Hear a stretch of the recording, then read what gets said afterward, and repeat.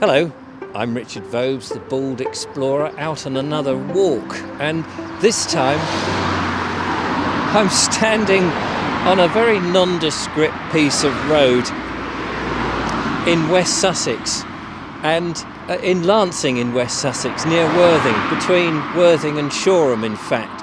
And this road has a curious history, and behind it an even more curious one. So I need some help on this, and I know who to ask. It's good old Martin Snow. Hello, Martin. Good morning to you on this bright, sunny, warm day. I was going to say, dressed for the cold. Yes. And you have, I should point out, you have above your head, we didn't mention it in another video, you're doing an experiment with the new Fusion 360 GoPro camera, aren't you? That's right. But more about that in another video. Yeah. So, Martin, we're down in Lancing in West Sussex, as I've told the lovely audience, and there's this road here that links Shoreham to Worthing. Yes. What's so special about this particular road, and why are we here? Well, the road was built only as late as 1830 to join Worthing to Brighton, right, via Shoreham. Yes. And because they built what's known as the Norfolk Bridge, which opened in 1832. And that went across the River Adur. And that went across the River Adur. Yeah. Because it was exposed to the sea.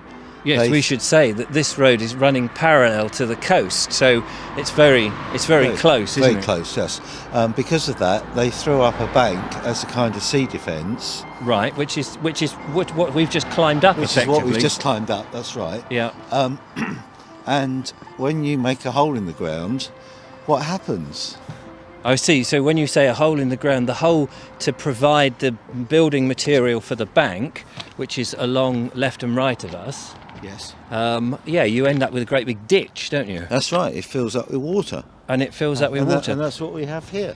So we're walking over a bridge that goes over a place called Widewater. Widewater, that's right. And this water, as you say, was really the result, a happy accident more than anything. Yes. Of building the bank. Building a bank to protect the road. Exactly. Back in the 1830s. Now, all along the bank, if I turn the camera this way, you can see.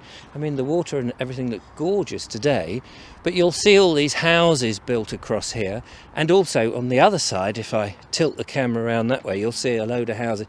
But they weren't built for another 80, almost 100 years, 80 years, 100 years. That's right. Something along there.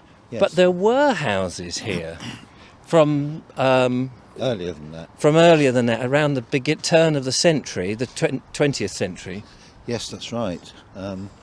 We're just coming up to the actual beach, but the bank of shingle which forms the beach. Yes. And where in a moment we'll see there's beach huts. Yes. There were like chalets that people lived in. So people got the idea that since living by the coast was a great idea, and they had this lovely bit of water and nothing really behind them. You couldn't see the road, but you had the beach. They would build these sort of chalet-like buildings, probably yes. of wooden construction. Mostly wooden, yes. On a concrete base or something. Yes, so minimum foundations. And then not only did they have those so they could face the sea, they reclaimed some of this rough land that was here. It's behind us. Which is behind us. On this and side. In front of us. To use as recreation ground and gardening. That's right, yes. It's, looking back at the old photographs of the area, it's quite astounding to see that, and you haven't got that now. Yeah, what a beautiful site, and what a peaceful place to live. Now, but they, from what I understand, and this is where you're going to help me out, they weren't here for very long. Beginning of the 20th century, so around 1910, something like that maybe. Yes. Up goes these chalets, and then 1939, something drastic happens in the world. It did, didn't it? Now, what was that? I think we declared war again on the the Germans. Germans. And as a result of that, the beaches, because we knew that Germany was likely to invade. The beaches became under the military control. That's right, and it was deemed that the buildings along the firing, what would have been the firing line, and also to stop them being used as cover, were razed to the ground. So if the Germans were likely to sort of bring in their ships and or come and land along this traditional invasion coast, That's right. these houses were basically in the way. Exactly. So they came down. So they flattened the lot.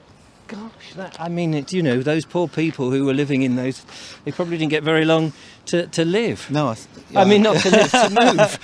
Move. I think they either got 24 or 48 hours notice.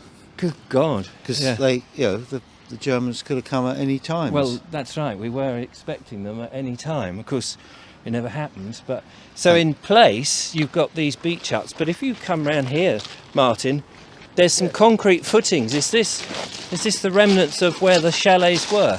This would certainly appear to be so, because you've got it here, and the walls go back. Yeah. And in places you can see the damp course.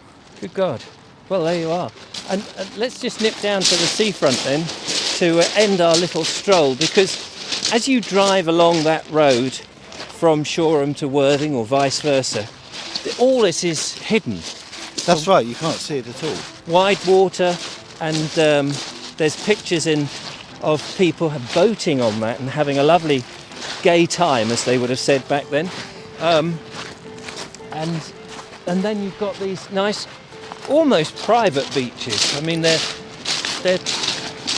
shingle and a bit of seaweed and what have you, but they're beaches that the general public perhaps wouldn't have come flocking down, because they went to Worthing or Brighton or all those easily accessible points. Yeah, so a lovely little spot on the southern Sussex coast to live.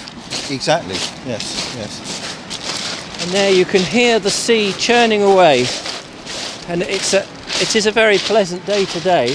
You've got these new groins in here, haven't you? Which stone groins with all these rocks and stuff you can see behind us. Yes, that came from, I believe it came from Norway. Oh, blimey, Norway. And the ships came along and dumped it and then brought it into to make the groins. Oh, how fascinating. Because before that you had wooden groins. Right, yes. But they rot away. Don't they? They do. Well, thank you, Martin. It's been a pleasure to come down here on a slightly chilly day, but a beautiful sunny day. And we'll leave you with the sound and the scene of the thrashing sea here at Lansing. Anyone for a dip? Yeah, after you. Well, no, you said you'd go first. I know, I may have said that, but I'm going to keep well away from you. Until the next time, thank you, Martin. Bye for now.